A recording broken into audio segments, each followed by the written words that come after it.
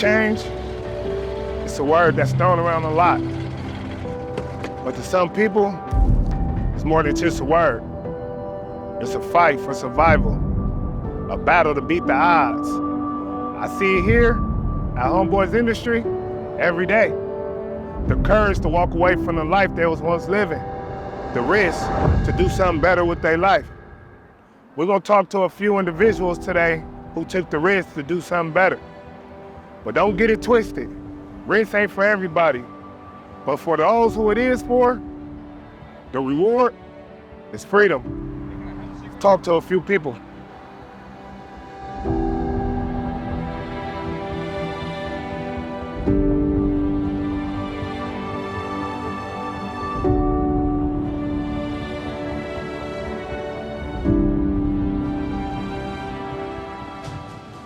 Yes, sir. Dre, I'm from Compton, California.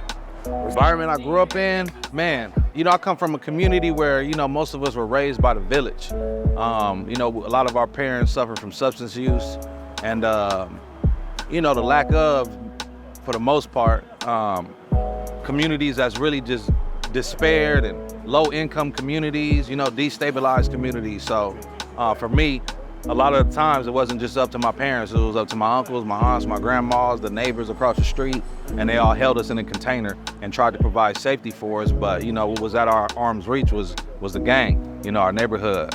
So that's kind of like what was the upbringing and the avenues that we took when we was younger.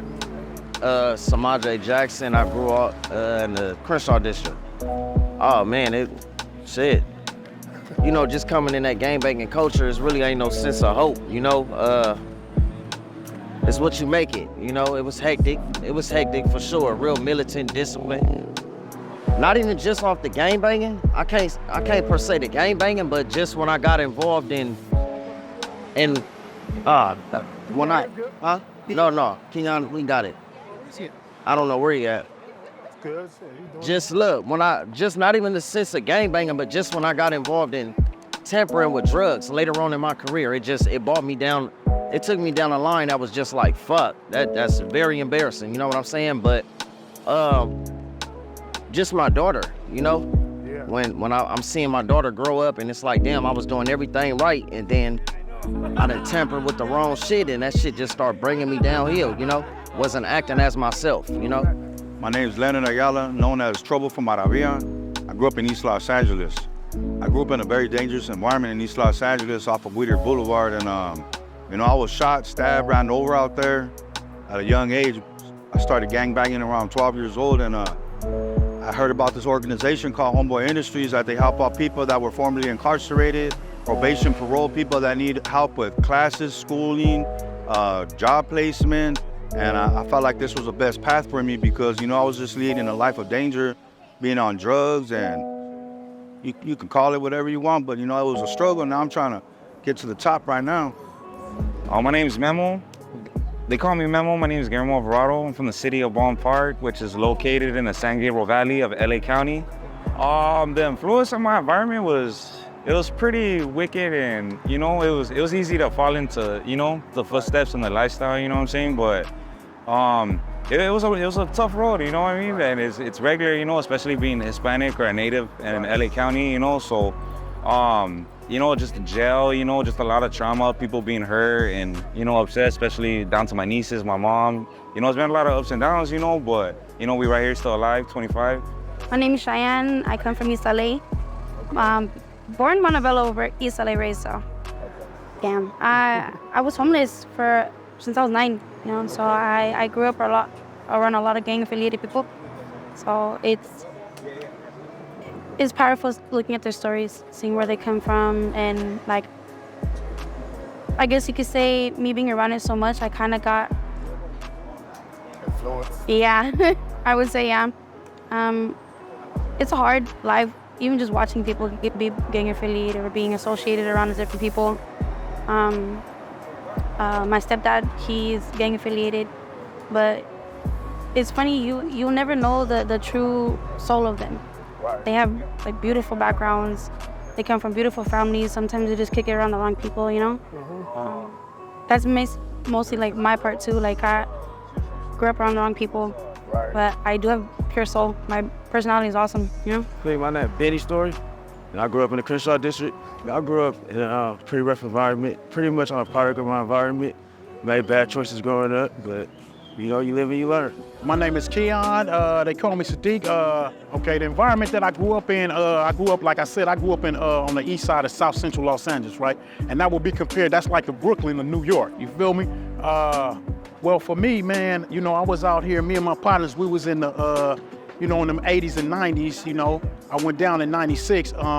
We was in the, you know, robbing jewelry stores and banks, right?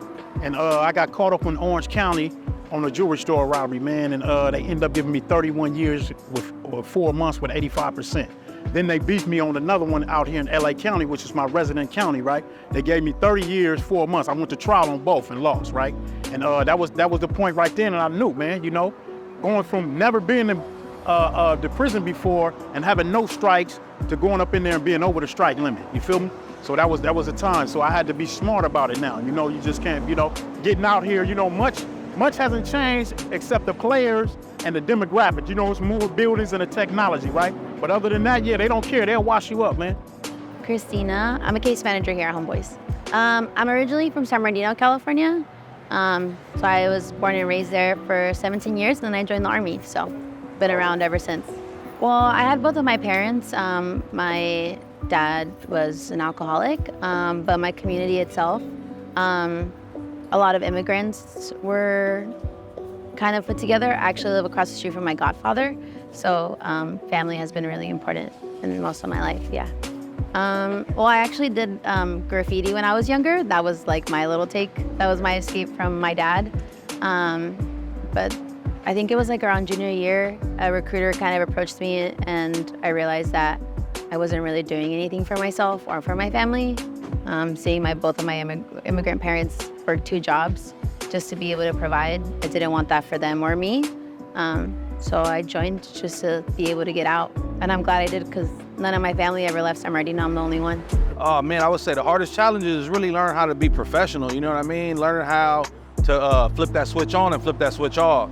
You know, I got a lot of homies where it's 100% full time. Is, you know, you that, you know, alter ego or whatever it may be from your neighborhood, but a lot of the times it blocks us and it stops us from achieving to our ultimate goal and getting to where we ultimately want to be. So for me, that was a challenge, because it's like you got to kind of like code switch, so to speak. You got to know what to say, when to say it, how to say it. So it's like you got to educate yourself, you know, you got to learn how to articulate yourself so you can make sure you're getting your message across to any person that may come from a community like you, but also may come from, you know, upper echelon. Yeah, absolutely, man. It was like 2012, 2013. And it's just like, damn, you got a case you fighting here, you got another case, you might have a warrant. It's like, gosh, damn, I can't keep doing this. The stress that puts on you, always looking over your shoulder. It was just, I knew I needed a change. And at that time, I'm like, I was messing with this girl at the time, and she told me you should go overseas and teach abroad and just get out of the community, get out of, you know, the society that you're normally in. And I took her advice, and I went over to Shanghai. I was there for 3 years in Shanghai, China. And that allowed me to just think differently, get out of my environment, and not have to look over my shoulder all the time, cleared up all my little court situations, and was able to just progress in life and move down this new path.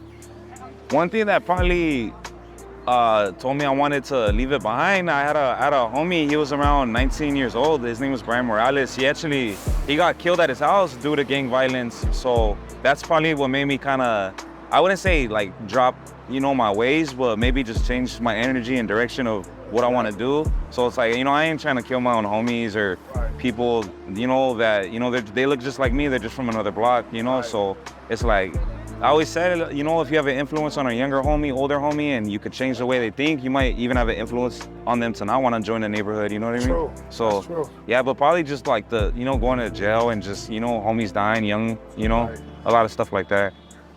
Scared that everything wasn't gonna work out, you know, because I took myself like to the bottom of the pit. So it's like me scared of failure, you know what I'm saying? That's what it was. When just through this journey, through this course of what I'm going through right now, I realized that it's never no such thing as failure. It's all a lesson, you know what I'm saying? So it's nothing I failed, it was just a lesson that was brought to me. So it was just me scared of that as far as that change of just feeling, that not understanding a lesson, you know? So getting over that scared of failure was the biggest challenge. Yeah, for sure. Getting over that little hurdle. Man, I'm homeless, you know, at the time, and right now I'm still kind of going through some struggles. I'm still trying to get better in my life, but you know, I just didn't want to see myself in the streets dying. You know, I got shot before, and I got kids now. I got some adult children, some little babies, and you know, when I had my first son, even though I had little girls, I felt like I had to be a better man for my son and just show him that, you know, gangbanging and being in the streets was nothing. There's better things out there. The whole world's out there to go look forward to. Honestly, it was probably, I was around maybe 20 years old. And actually around this time, around when I was 24, actually I got jumped by multiple people, probably like near-death experience type things going on in the hood. But that was probably that made me slow down a little bit, going back and forth to jail and court and having my mom in the courtroom. So, you know, like stuff like that, and people start dying back and forth. It makes you just, you know, want to slow down for real. Right, Yeah. open your eyes a little bit. Yeah. Seeing my godkids see me this way, you know, like I have no children, you know, so I see my godkids, and it's like I don't want that for them. There's more to life than just gangbanging and being out in the streets and just watching everything happen, you know. Change is never easy. What were some of the hardest challenges you faced trying to change your life? Drug addiction. Yeah. I started messing around here with pills, nitrous oxide. Nitrous oxide was my poison, you know. So I lost my sister to it. She got into a car accident, and it impacted me a lot because that was like my role model, you know. I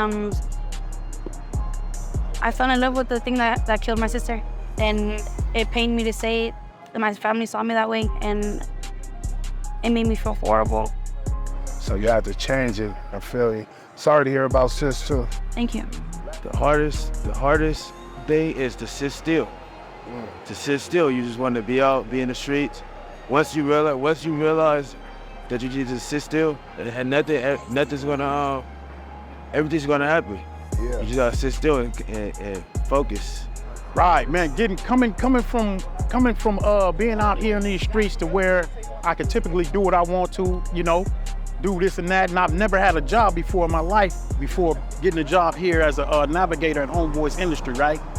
And not really being able to, you know, buy and do what I want to. That's a whole nother lifestyle shift, right? Yeah. Where you really have to work for it and earn it. You know, that's a different type of money, you know, and that's the thing, you know. And it was a hard adjustment for me because, man, I'm not even gonna lie, man. I was ready and I was tempted to, you know, when I initially got out to get back to it. You feel me? Honestly, I think even coming back, like seeing my old friends and doing the old things that I used to, especially when I first joined the Army, I think my mind changed a lot when I was able to provide for my family. So being able to provide like gave me the opportunity to like see the world in a bigger way. And also just being away, like being away made me miss my family. Not being able to like sit and have dinner with like my brothers and sisters, missing out on their birthdays or quinceañeras, like them having their first car. So I wanted to be able to make it worth it. Like my time away like needed to be shown in another way. My addiction, I was addicted to cocaine back in the days. You know, I've been clean since 2010. And now, you know, only struggle I have now is just paying the bills. Helping me become sober, you know, helping me with my mental health. These navigators, these case managers, they make a big difference. You know, they come from their own backstory. They understand a lot of what I'm going through, what other people here are going through. Like, they don't judge you. You know, they all got heart. Father G, man, he got some heart, you know. Sure. He has so much love for everybody. Like, it don't even matter if you gangbang or you're a drug addict or you're homeless. Like, he got love for you, you know, and that's the biggest blessing of them all. Man, Homeboys for me, it helped me with my spirituality.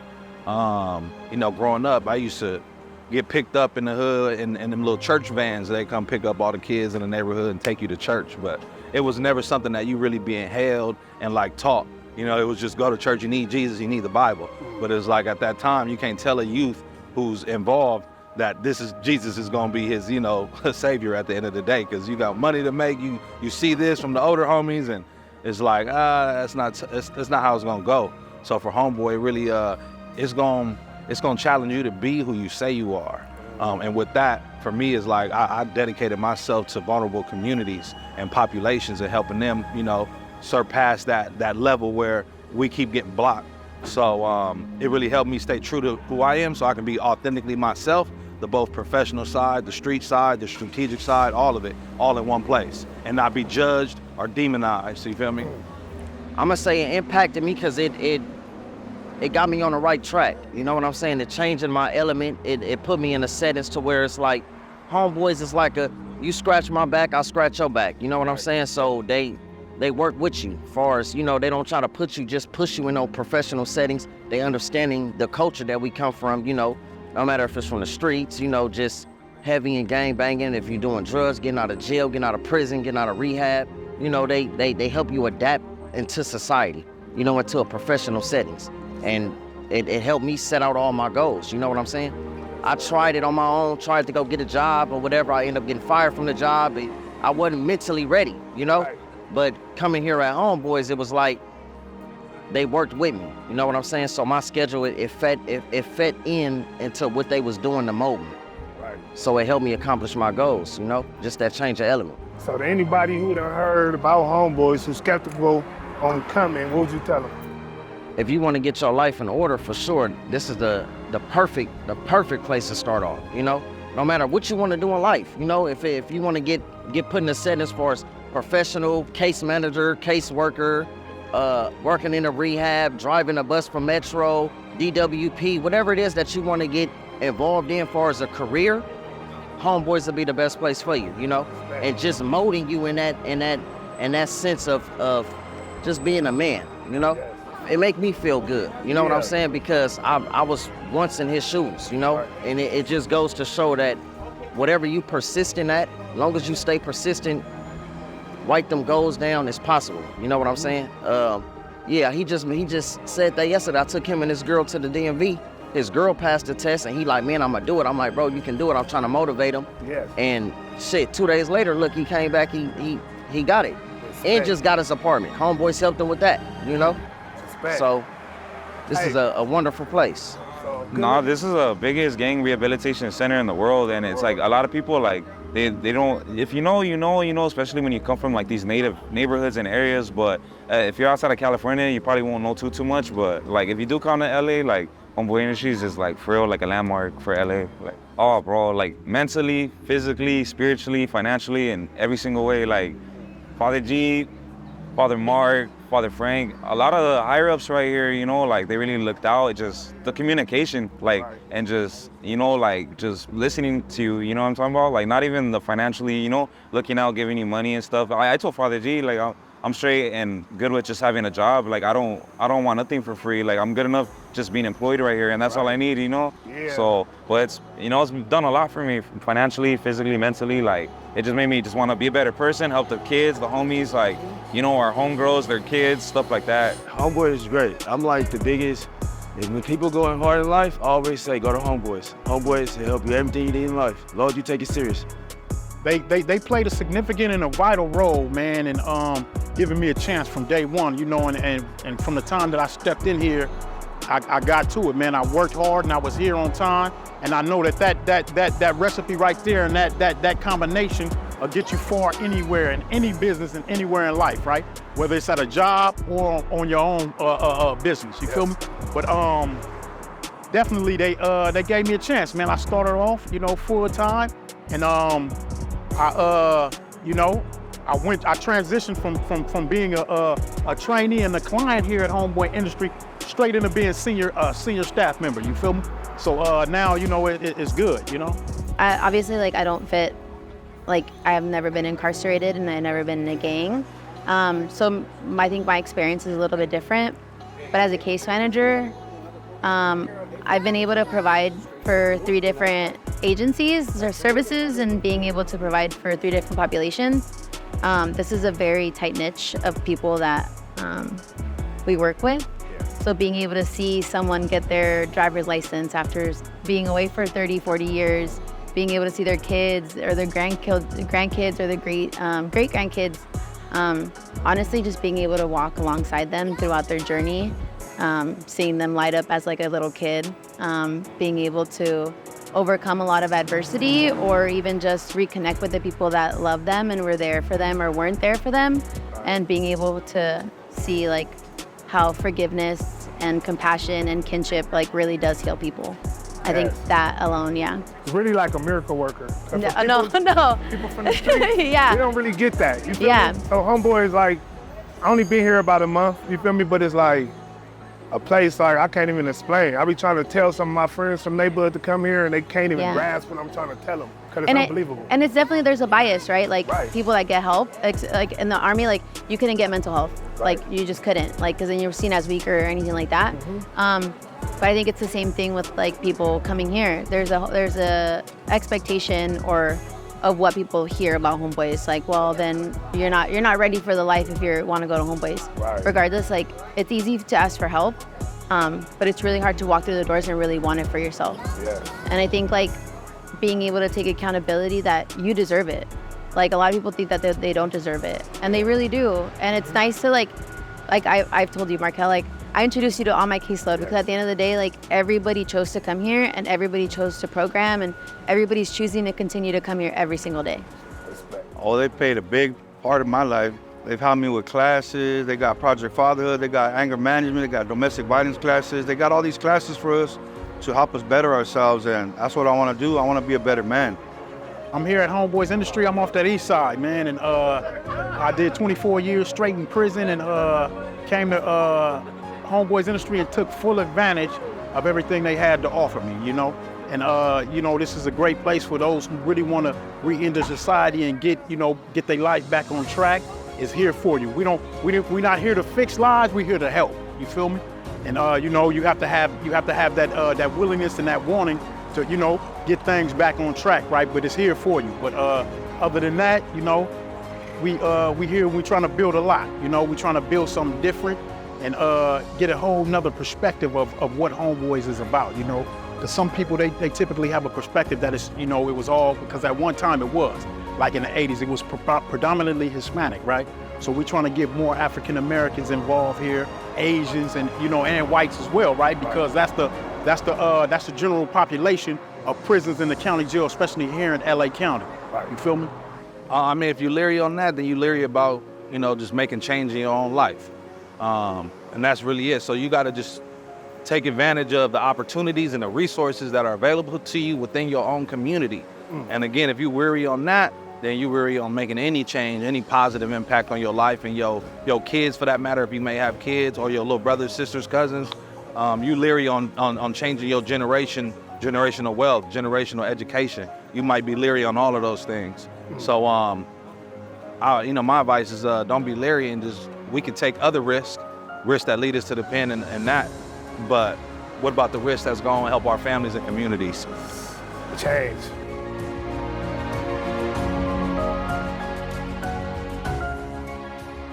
Today, we accomplished a lot in a little bit of time. We're working smarter, not harder. Homeboy's Industry talked to some great people, took a good risk on change, because change is not for everybody, but for the ones who it is for, the reward is freedom. I'm Tinygun. Mama named me Markel Jones. I'm here at Homeboy's Industry. Come and take the right risks.